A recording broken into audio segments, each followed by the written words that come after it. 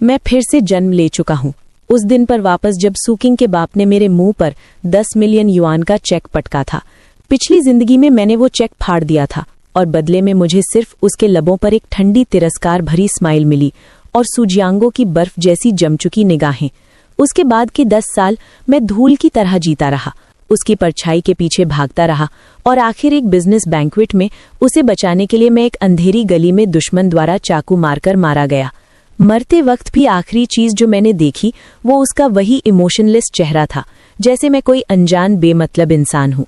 लेकिन इस बार मैं अपनी पूरी सेल्फ रिस्पेक्ट बेचकर किसी का लिकिंग डॉग नहीं बनने वाला। इसलिए मैंने शांत चेहरे से हाथ बढ़ाया और वो चेक उठा लिया। मैंने ऊपर देखा, सूजियांगो की तरफ। मेरे चेहरे पर एक ब्राइट, ऑलमोस्ट ग्रेटफुल मुस्कान उभरी। Thank you uncle.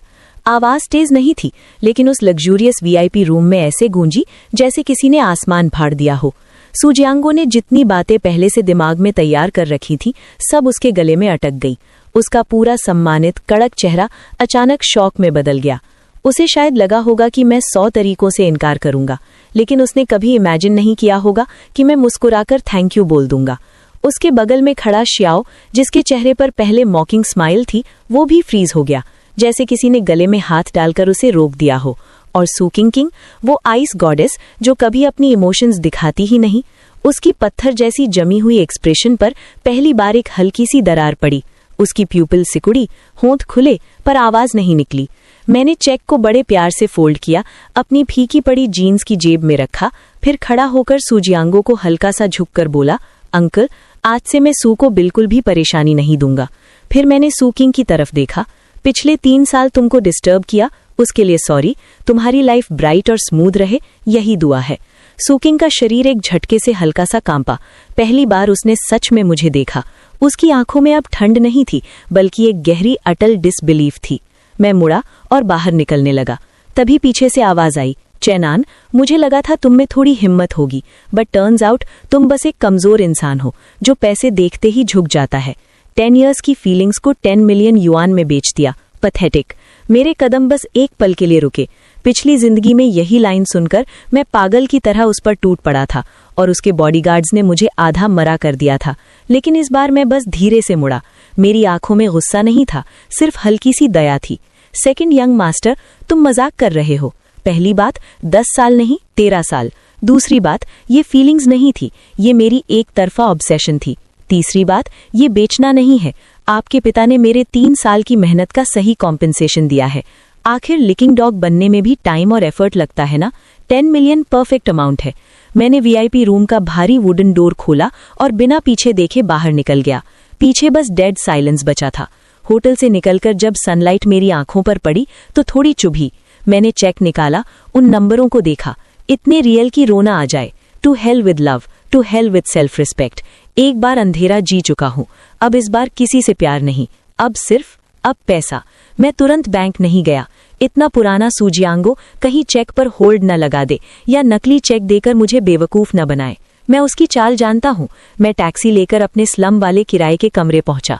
10 वर्ग मीटर से भी छोटा, बदबू, सीलन और नूडल्स की स्मेल से भरा हुआ। यही वो जगह थी जहां मैं 3 साल तक पिछली लाइफ में रहा था, सिर्फ इसलिए कि सुकिंग का स्कूल पास पड़े। मैंने अपना पुराना लैपटॉप खोला, 5 साल पुराना। स्क्रीन लैग करते करते चालू हुआ। मैं कुर्सी पर पीछे झुक गया और सोचने लगा, रिबर्थ के बाद सबसे बड़ी ताकत क्या है? इन्फॉर्मेशन। अगले 10 साल की इकोनॉमी, कौन से स्टॉक्स उछलेंगे, कौन सी इंडस्ट्रीज राइज होंगी, मुझे सब पता है। मैंने स्टॉक मार्केट सॉफ्टवेयर खोला और एक कोड डाला, टफ टेक्नोलॉजी। मुझे बिल्कुल याद है, कल ये छोटी मामूली कंपनी एक चिप पेटेंट अनाउंस करेगी और इसका स्टॉक 5 युआन से उड़कर 200 युआन तक जाएगा। मैंने फोन उठाया और सुकिंग को कॉल किया। तुम्हारा सामान मेरे कमरे में था, सब पैक करके दरवाजे पर रख दिया है, कोई भी भेजकर ले जाना। और मैं अपना नंबर बदल रहा हूं, अब कांटेक्ट करने की जरूरत नहीं। मैंने कॉल काटा, सिम कार्ड तोड़ा और कूड़े में फेंक दिया। दुनिया पहली बार शांत हो गई थी। अगली सुबह मैं बैंक गया और सरप्राइजिंगली चेक आसानी से कैश हो गया। अकाउंट में नए नंबरों की लंबी लाइन दिखी। तभी मुझे सच में एहसास हुआ, मेरी नई लाइफ अब शुरू हो चुकी है। बिना एक सेकंड की झिझक के मैंने पूरे 9.9 मिलियन युआन अपनी स्टॉक अकाउंट में ट्रांसफर किए और टैनफी टेक्नोलॉजी पर पूरा ऑल इन चला गया। स्टॉक एक्सचेंज से बाहर निकलते ही सीने से कोई बोझ उतर गया। अब बस इंतजार करना था। मैं उस गंदे सीलन भरे किराए के कमरे में नहीं लौटा, सीधे शहर के सबसे महंगे होटल पहुंचा। एक हाई एंड स्वीट लिया, बाथटब में लेटा, ठंडी शैंपेन पी और बड़ी खिड़की से शहर की चमकती रात को देखता रहा। थोड़ा अजीब सा लगा। पिछली जिंदगी में मैं ऐसे होटल के बाहर खड़ा होकर ऊपर देखता था, कल्पना करता था कि शायद अंदर किसी पेंट हाउस पार्टी में सूकिंग भी होगी। उसी सोच में डूबा था कि डिंग, फोन वाइब्रेट हुआ। अननोन नंबर से मैसेज। हम सूकिंग। देखिए तुम कहाँ हो? जो चीजें मैंने दी थी क्या तुमने सब फेंक दी? लगता है उसने मेरा नया नंबर ढूंढने की मेहनत की। उसके दिए हुए सामान, एक पेन, एक नोटबुक, ऐसी चीजें जिन्हें वो खुद भी इस्तेमाल नहीं करती थी, जैसे भीख में दे रही हूं, और मैं बेवकूफ उन्हें खजाना समझकर संभालता था। मैंने रिप्लाई नहीं किया, सीधा ब्लॉक कर दिया। फिर मैंने होटल रूम सर्विस को कॉल किया। Hello, arrange 2 professional masseuses. इस लाइफ में मैं खुद को अच्छे से ट्रीट करूंगा। अगले हफ्ते मैंने वही जिंदगी जी जिसका मैंने कभी सपनों में भी नहीं सोचा था। सुबह नींद खुद खुले तब उठता, होटल की रूफटॉप रेस्टोरेंट में प्रीमियम ब्रेकफास्ट, दोपहर में जिम या पूल, रात को यांगडिन की हाई एंड नाइट लाइफ। मैंने अपने सस्ते कपड़े चप्पल फेंक दिए, एकदम परफेक्ट फिटिंग वाला सूट खरीदा। सच कहा है, क्लोथ्स मेक द मैन। जब वो टेलर्ड सूट पहनकर और रिस्ट पर पटिक फिलिप लगाकर मैं किसी भी हाई एंड जगह में प्रवेश करता, लोग सिर्फ मुस्कुराकर झुकते थे, न घूरना न तिरस्कार। पैसा सच में एक आदमी की सबसे मजबूत ढाल है। 10 टेक्नोलॉजी के स्टॉक की तरफ झांकने तक की फुर्सत नहीं थी। उस रात मैंने 2 हॉट मॉडल्स को इनवाइट किया। यांगडिंग त्यांगकोंग यानी यांगडिन का टॉप प्राइवेट क्लब। म्यूजिक इतना तेज था कि सांस तक नहीं सुनाई देती थी। लाइट्स, भीड़, महंगे परफ्यूम और पैसे की गंध हवा में तैर रही थी। पिछली जिंदगी में तो मैं यहाँ अंदर कदम रखने लायक भी नहीं था। अब मैं वीआईपी टेबल पर बैठा था, जहाँ हर नजर मेरी तरफ मुड़ रही थी। Young master chin, have another drink. Model मेरे पास सटकर बोली। मैं हल्की सी स्माइल करके उसकी गाल पकड़ने ही वाला था कि मेरी निगाह कॉर्नर में अटक गई। सूकिंग, ये यहाँ क्या कर रही है? उसके साथ श्याओ हुई और कुछ रिच सेकंड जनरेशन लड़के थे। श्याओ हुई कुछ बकवास बढ़ चढ़कर बता रहा था और सू किंग हमेशा की तरह ठंडी, चुप, भीड़ से कटी हुई। उसने भी मुझे देखा, आंखों में एक तेज शौक, डाउट और फिर डिस्गस्ट, हाँ, घृणा। उसकी नजर में मैं वही इंसान था जिसने उसके बाप के पैसे लेकर ऐश शुरू कर दी। उसकी नजर में मैं कचरा था। श्याओ हुई ने भी उसकी नजर फॉलो की और उसके चेहरे पर एक भद्दी हंसी फैल गई। वो भीड़ चीरते हुए मेरी टेबल पर आ गया। अरे, ये तो चैनान नहीं है, फेमस ग्रेट रोमांटिक चैनान। उसकी आवाज इतनी तेज कि पूरा क्लब सुन ले। क्या बात है, अंकल सू के 10 मिलियन यहीं उड़ाने आए हो? लाइफ पीक पर महसूस हो रहा है। उसके पीछे के लड़के जोर जोर से हंसने लगे। मुझे लिकिंग डॉग बेचने वाला पता नहीं क्या क्या कहने लगे। दोनों मॉडल्स असहज होकर उठने लगी, लेकिन मैंने उन्हें एक हल्का इशारा किया, बैठे रहो। मैंने विस्की का ग्लास उठाया, धीरे धीरे स्वर्ल किया। उन्हें देखने की भी जरूरत नहीं समझी। श्याओ, यंग मास्टर। श्याओ, लंबे समय बाद घर का बिजनेस ठीक चल रहा है। सुना है श्याओ ग्रुप के ओवरसीज प्रोजेक्ट्स में कुछ दिक्कतें आ रही हैं। वो तिलमिला गया। क्या बकवास कर रहे हो तुम? मैंने एक हल्का सिप लिया। साउथ ईस्ट एशिया का सीपोर्ट प्रोजेक्ट पॉलिसी चेंज की वजह से स्क्रैप्ड और यूरोपियन चिप एजेंसी शांगुई कैपिटल ने छीन ली। कम से कम 500 मिलियन का नुकसान है ना? ये सब वो फ्यूचर न्यूज थी जो मैंने पिछली लाइफ में पढ़ी थी। और उसे सुनकर श्याओ हुई का चेहरा एकदम सफेद हो गया। ये सारी इन्फो टॉप सीक्रेट थी, बोर्ड ऑफ डायरेक्टर्स के अलावा किसी को पता नहीं था। तुमने मेरी जांच कराई है? मैंने ग्लास टेबल पर रखा और उसकी आंखों में देखा।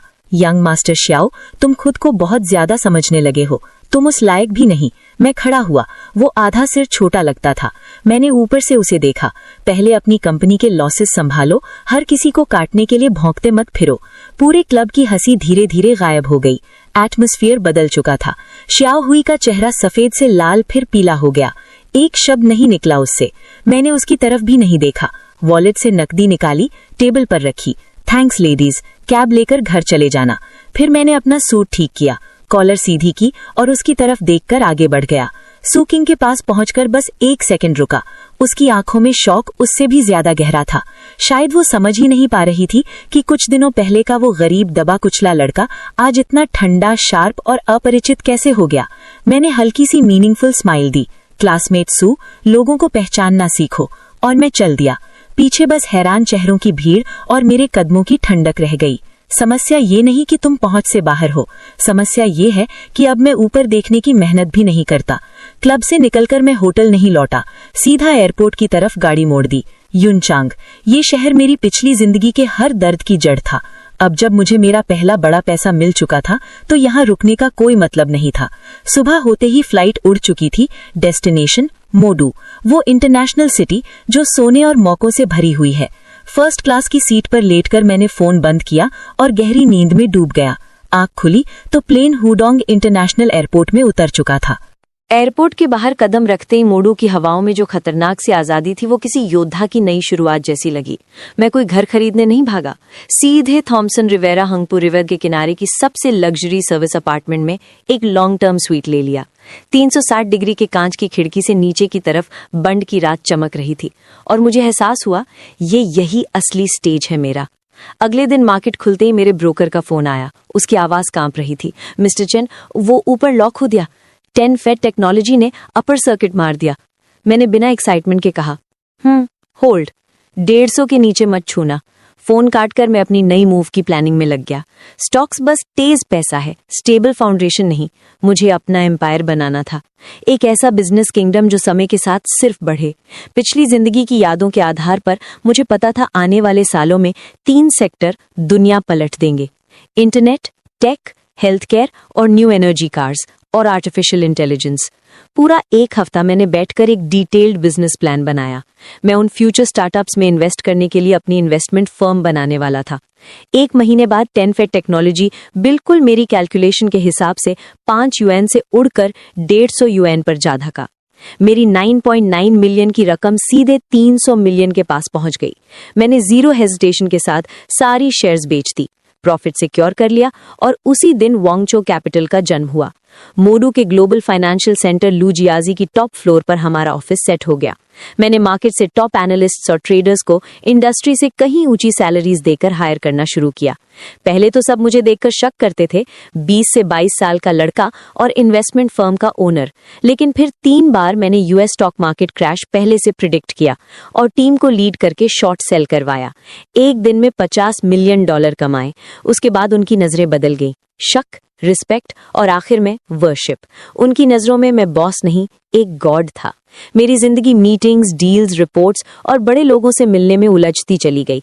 धीरे धीरे मैं युआन चांग के बारे में भूलने लगा, सू किंग यिंग और वो पूरी काली पिछली जिंदगी भी। लेकिन तभी एक दिन मेरी सेक्रेटरी एक एनवेलप लेकर आई। सर, अगले हफ्ते शेंग एग्जीबिशन सेंटर में इंटरनेशनल बिजनेस समिट है। ये ऑर्गेनाइजिंग कमेटी का इन्विटेशन है। मैंने कैजुअली देखा और लिस्ट में एक नाम देखकर हाथ ठहर गया, सू ग्रुप।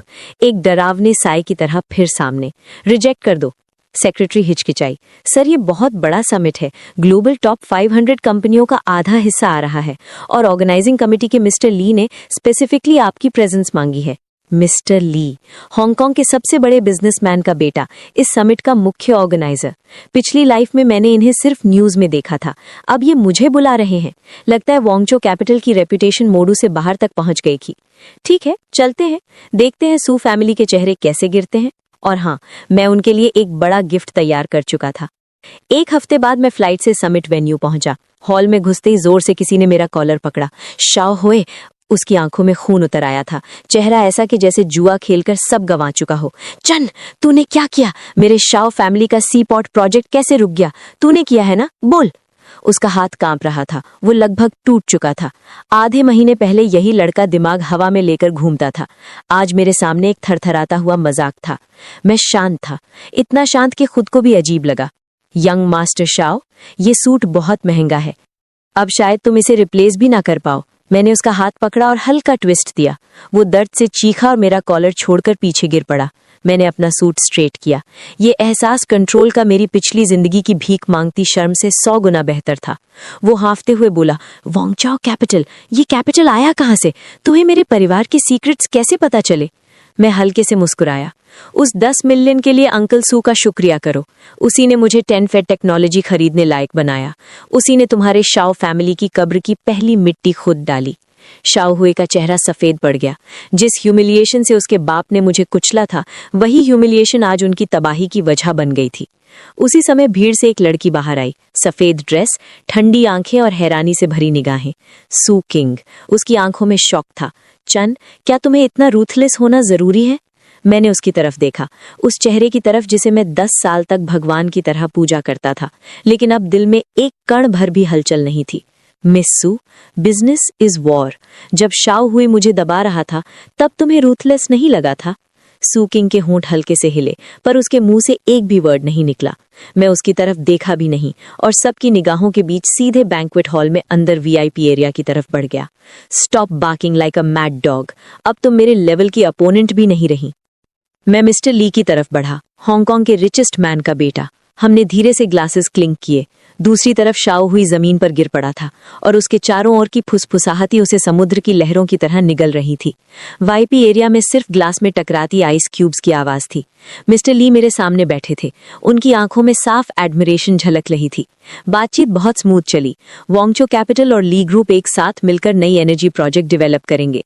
मुझे पता था ये स्टेप लेते ही मेरी नींव पत्थर की तरह मजबूत हो जाएगी। मिस्टर चेन, नई जनरेशन वाकई कमाल है। शाओ फैमिली का हिस्सा तुमने परफेक्ट तरीके से निगल लिया। मैंने काम एक्सप्रेशन रखते हुए कहा, बस फ्लो के साथ चला। मिस्टर ली, आप ज्यादा तारीफ कर रहे हैं। मिस्टर ली को विदा करने के बाद जैसे ही मैं लाउंज से निकलने वाला था, तभी दरवाजा फिर खुला। सू किंग अंदर खड़ी थी। इस बार ना उसके चेहरे पर कोल्डनेस थी, ना एटीट्यूड। उसकी आंखों में एक ऐसी थकान और रिग्रेट था जो मैंने कभी नहीं देखा था। चेन, क्या हम बात कर सकते हैं? बिजनेस की नहीं, बस बात। मैं वापस सोफे पर बैठ गया और पानी डाला। पिछली जिंदगी में अगर उसने इस आवाज में कुछ कहा होता तो शायद मेरा दिल टूटकर चकनाचूर हो जाता, पर अब ये सब सिर्फ टाइम वेस्ट लगता है। मिस सू, मेरी मल्टीनेशनल कॉन्फ्रेंस कॉल है, तुम्हारे पास 3 मिनट्स हैं। तुम पहली मुझे ऐसे नहीं बुलाते थे। वो 10 मिलियन पिता सिर्फ तुम्हें टेस्ट करना चाहते थे, उन्हें नहीं लगा कि बात इतनी आगे बढ़ जाएगी। ये सुनकर मैं हंसी रोकने के लिए लिटरली अपना गला साफ करने लगा। टेस्ट? 10 मिलियन मेरे मुंह पे फेंक कर, बॉडीगार्ड से मुझे धक्के मारकर बाहर निकलवा कर इसको टेस्ट बोलती हो? अगर इस बेकार बात के लिए आई हो तो जा सकती हो miss Sue. Thanks for that 10 million. उसने मुझे सिखाया कि डिग्निटी लव से कहीं ज्यादा कीमती होती है। सू किंग पत्थर की तरह जम गई, उसकी आंखों में आंसू चमक उठे। मैं उठकर सीधा उसके पास से गुजर गया, सिर तक नहीं मोड़ा। मिस सू, आगे से दिल विल वाली बातें मत करना, हमारे बीच अब सिर्फ